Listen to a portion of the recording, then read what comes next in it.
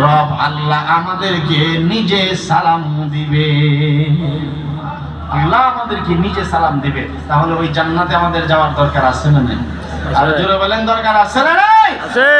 আল্লাহ তাআলা বলেন ৫ নাম্বার, কেউ যদি ইস্তিগফার আদায় করে আমি আল্লাহ তাআলা ওয়াদা দিলাম ওয়াজআল লাকুম জান্নাত, আমি আল্লাহ তাআলা জান্নাতের মালিক বানায়া দিব।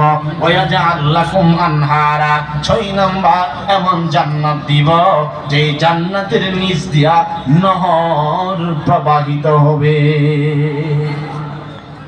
তাহলে এই এতক্ষণের আলোচনা খুলাসা হইল আল্লাহ তাআলা একটাই কথা আল্লাহ বলেছেন, ইস্তিগফার আদায় করবি বান্দা, জবানে পড়বি আস্তাগফিরুল্লাহ। আল্লাহর ওয়াদা, তোমারে আমি আল্লাহ গুনাহগার রাখবো না, জীবনের গুনাহগুলো মাফ করে দিব।